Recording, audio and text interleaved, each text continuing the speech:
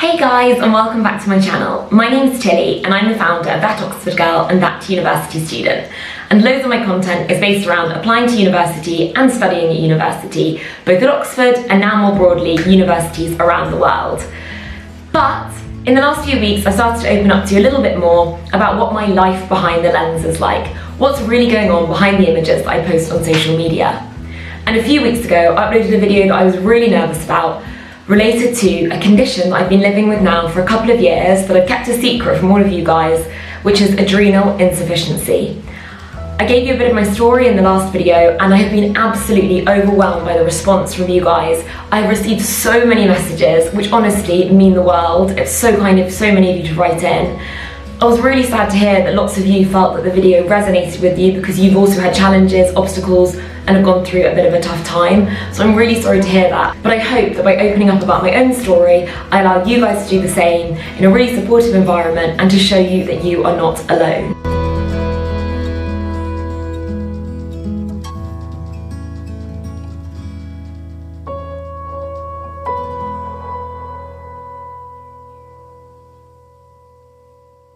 Since I made my video, lots of you have messaged in questions related to chronic health conditions, long-term health conditions, life-threatening health conditions, and loads of you have also shared your stories relating to Addison's disease and adrenal insufficiency, and said that you'd love to see more content out there about a disease that's not very well known about, but that can be very serious. So I'm going to give you a little bit of my story today about how I became diagnosed with adrenal insufficiency, which was very much a rocky road, which is sadly the case for lots of patients, and give you a little bit of an update on where I am now. So a couple of years ago, I was rushed into hospital in an ambulance and told that I had a life-threatening, life-changing condition called Addison's or adrenal insufficiency, depending on which part of your body it's coming from. Prior to this, actually the day before, I'd actually been going to hospital. I'd been going to so many different hospital appointments to try and get to the bottom of what was wrong with me.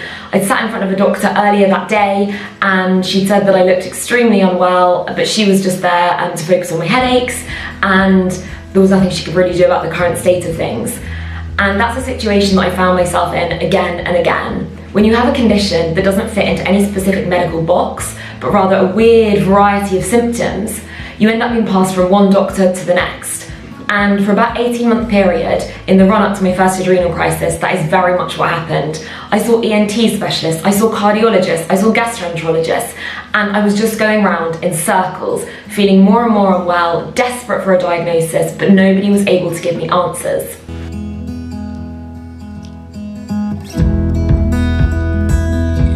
And the bit that plagued me every single day, which is still there today and they haven't got to the bottom of, is this horrible, what you describe as a fuzzy head. And if you talk to anyone with Addison's disease or adrenal insufficiency, it's sort of like having this brain fog, which makes it very difficult to concentrate, and also it's just permanently there and relates to you not being on the right level of cortisol. I had a long list of symptoms and I was getting more and more symptoms on a daily basis, but they didn't fit into any box. I had low blood pressure, I was dizzy, I was exhausted, I was feeling sick all the time, I was retching, I was having tummy pains, I was having headaches. Unfortunately, because adrenal insufficiency does cover all of these weird array of symptoms, it's very difficult to diagnose. And when I was actually in hospital, in my first crisis, the doctor turned around to me and said, "We normally diagnose people at the post-mortem once they've died," which wasn't really what I wanted to hear. That was pretty scary. 2 weeks before my first adrenal crisis, I'd actually been to see a cardiologist and he'd ordered a set of tests to be done. One of them was for adrenal insufficiency, but unfortunately I went into crisis before the letter even arrived to have those tests done.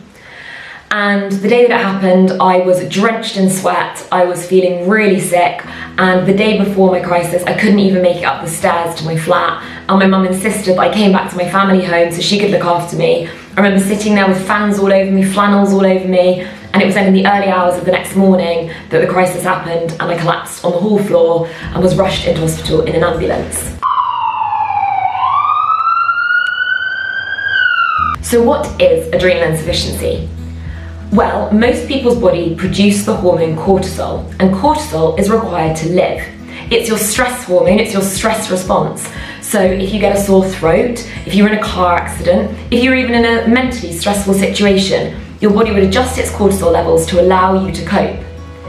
The difference is, a patient with adrenal insufficiency doesn't produce any cortisol.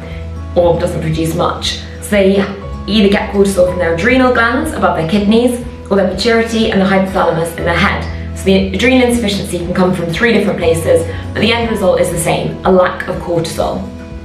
This means that you become steroid dependent.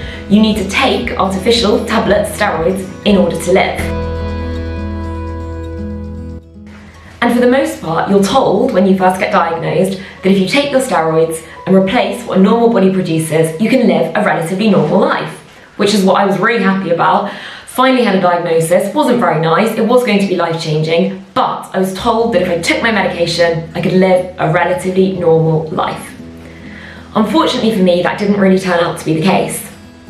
When I was in hospital, my first crisis, despite being pumped with bags and bags of steroid, I didn't improve as much as they hoped, and they couldn't stabilise me. And in the end, that reverted to me having 4 intramuscular injections a day, which are these massive needles that go straight into your muscle. Absolute agony, and I felt a lot of pain and horrible things in my time.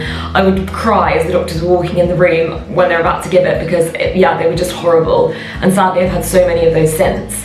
But it got to the stage where they're giving them 4 times a day in hospital, and during my admission, they still couldn't work out why I had adrenal insufficiency, and I was sent home in a pretty bad state still feeling very unwell. An adrenal crisis is a medical emergency caused by a lack of cortisol, and sadly, it can lead to becoming unconscious, into a coma, and then eventually it can be fatal. So it's really serious, and sadly, there's still a lot of education to be done with A&E departments, doctors, medicine, about adrenal insufficiency, because often they're not aware that patients are actually going into an adrenal crisis when it's happening in front of their very eyes, because the symptoms are quite nondescript. I've been in A&Es where I've been retching and starting to throw up, and they've said, oh, you've just got a tummy bug. But the difference is, if I throw up my steroids, that can lead to something fatal. It's very different from somebody else just having a tummy bug. And my life, in terms of stability, hasn't been what I was told it would be, or hoped it would be, day 1 when I was first diagnosed, that I would take my tablets and that things would improve and I would be stable. In the end, at the beginning of lockdown, I resorted to, as I told you in my last video, getting a hydrocortisone pump. And this delivers cortisol subcutaneously into my body 24/7. This is the pump, and this is the wire that goes into my body. And this has helped in terms of keeping me more stable throughout the night, because it's constantly delivering cortisol in the night, rather than tablets, which you just take sporadically, and generally people take throughout the day. But I also have to supplement my pump with tablets at 4 in the morning and 7 in the morning in order to keep me stable. Otherwise, in the early hours, I often go into an adrenal attack. I'm still searching for answers. I'm still searching for a reason as to why this has happened and why it's proving so difficult to control. But I am not willing to give up. I had 13 years of undiagnosed tuberculosis, and if we had given up, I never would have got an answer. My mum is researching all the time, bless her, and we are determined that we will find an answer to this. But at the moment, I'm still being sent around so many endocrinologists, cardiologists, rheumatologists, and doing the circle thing again, because nobody can work out what is going on. So that's a little glimpse into my journey to being diagnosed with adrenal insufficiency. I know that some of you guys have had really horrific journeys as well. You've messaged in to tell me about the disasters you've had in A&E departments, how long it's taken you to be diagnosed, awful life circumstances which have triggered the adrenal crisis or triggered your first attack. And I'm so sorry that so many of you have gone through this. It's an illness that isn't super well known, and I think also generally chronic illness is something that isn't talked about massively. I think it's very different when you have your first crisis and you end up in hospital and everyone says, oh my goodness, this is dreadful, you know, bring cards and flowers and it's all, you know, there's a lot of sympathy for you. But when something's going on for a really long time, it almost becomes a case of you just have to get on with it, and it becomes part of your life. And you kind of think if anybody else had another crisis or had this or ended up in hospital, it would be this huge drama, but you'll just need to kind of get on with it, because what choice do you have? And that's the situation I found myself in, so I'm really sorry if any of you are also in that situation. I'll be doing more videos related to this, and also of course all the university content that you guys expect from this channel, that will still be coming. And I'm thinking of maybe doing some videos as well on kind of chronic illness and obstacles and challenges in a university setting, as that was obviously a huge part of my journey. Thank you so much for watching, and press subscribe for future videos.